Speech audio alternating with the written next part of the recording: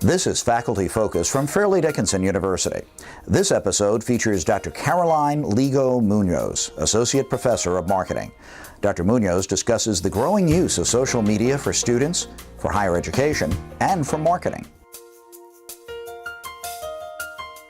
Their students are on Facebook. There's most of their students, virtually all of their students, and there's different polls, different estimates, but we found that roughly 85 to, in some cases, up to 96% of college students surveyed are on Facebook. So this is where they are, this is where they're socializing, this is where they're playing.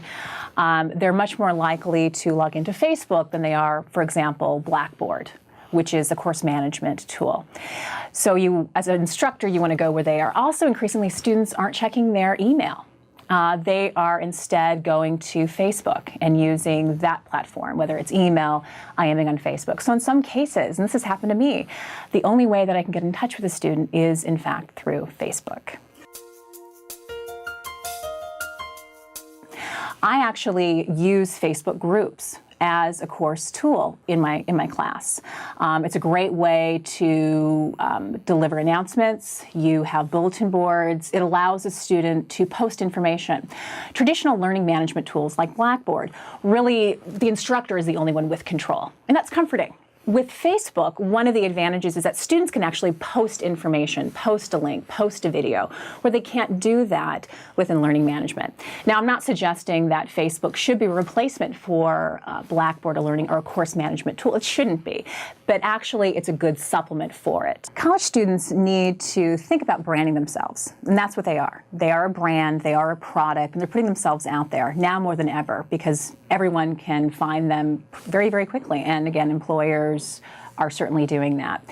Students need to monitor not only what they're posting, but what their friends are posting. Obviously, they shouldn't be making any reference or having any photographs involving drinking, involving drugs. I mean, that seems sort of self-evident, but unfortunately, a lot of students do have a lot of pictures of them partying, or something even as perhaps innocent as them holding a cup. But if it's a red Solo glass and it looks like beer, that potentially is a problem. And there are cases where students, and frankly professors for that matter, have gotten in trouble for what they've posted on Facebook. Be proactive about it. Let your friends know, listen, I'm going on the job market, I'm looking for an internship. Please do not post this picture of me on Facebook. And again, this involves, making sure that you monitor the photographs and what people have tagged you, but you quickly untag, and if this continues, you approach your friends and ask them, please don't do this. When you look at traditional marketing, it really was a one-way street. So I, the marketer, the company, have created this message very carefully and are putting it out there for people to receive. Whereas social networking, new media like Facebook and Twitter and some of those other technologies, now it's a two-way street. Consumers have an opportunity to respond, and they certainly do. They also have an opportunity to not just respond, but also start a conversation. And that certainly has changed things for better and for worse. With everything, there needs to be limits. I'm not quite sure where we're going to draw the line, but I think what people forget is that tracking isn't necessarily a horrible thing for consumers. Actually, it allows us to do a better job marketing. It allows us to present ads that are relevant to the consumer, ads that they're going to care about. So it's not going to be just miscellaneous information. We expose consumers to information that they're going to care about, and we're able to gather that information by being able to track.